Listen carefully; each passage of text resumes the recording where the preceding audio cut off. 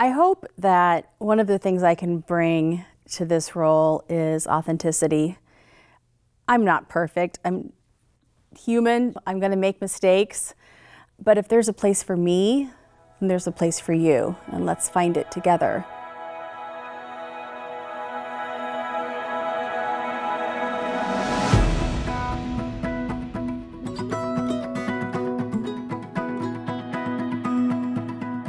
I was born in Oregon and lived there long enough to fall in love with the ocean, but then moved to Missouri. I grew up in Blue Springs, Independence area. I went to camps and participated in youth groups in this area, and that was wonderful because I had such a large group of church members, friends.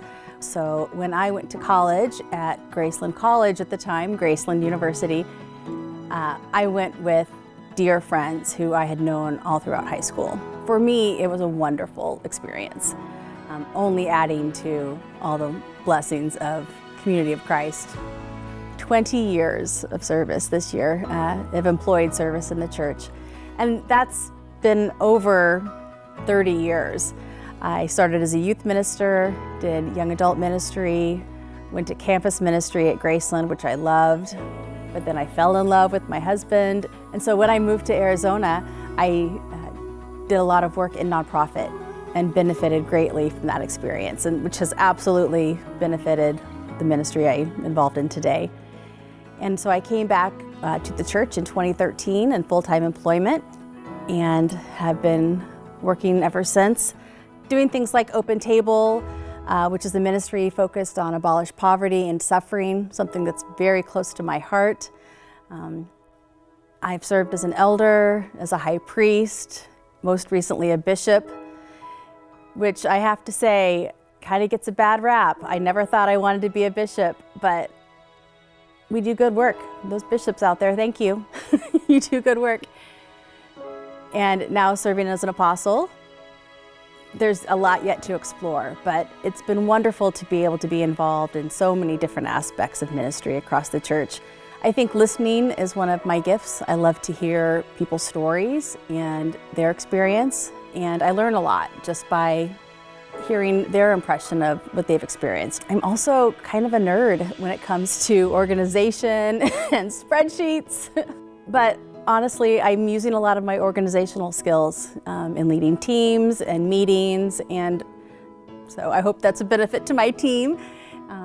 I know we all have different gifts, different strengths in all different areas, and so we're all trying to just be our best selves and use what comes naturally. One of the things that is going to be very hopeful to me is a focus on mission. And as I consider how we're going to serve in the U.S. and my role in that, I feel really fortunate to serve in a time where we are trying to streamline some of those operational and administrative processes, both for us and for our Mission Center presidents and officers, and really just focus on the mission, focus on what matters most. I have absolutely felt the sense of call to this position and to every position prior. And it's crazy because it's often disruptive. It will mean moving, it will mean quitting jobs that I love to try something else.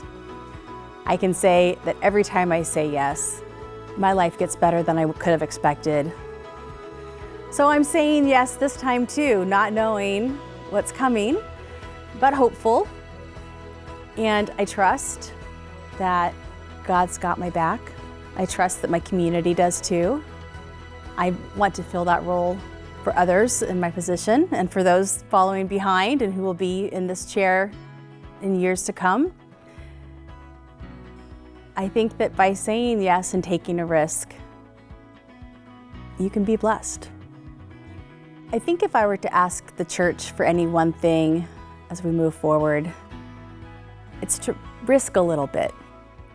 Live the mission prayer in your own life. We've read it, and we now have this incredible opportunity to try something new. And you don't need permission to create community. So I think invite somebody to church, invite somebody to your home for dinner, but talk about why you love Community of Christ, because people are waiting to hear that message. And who knows where that can lead. Yeah, let's go do mission. I'll see you out there.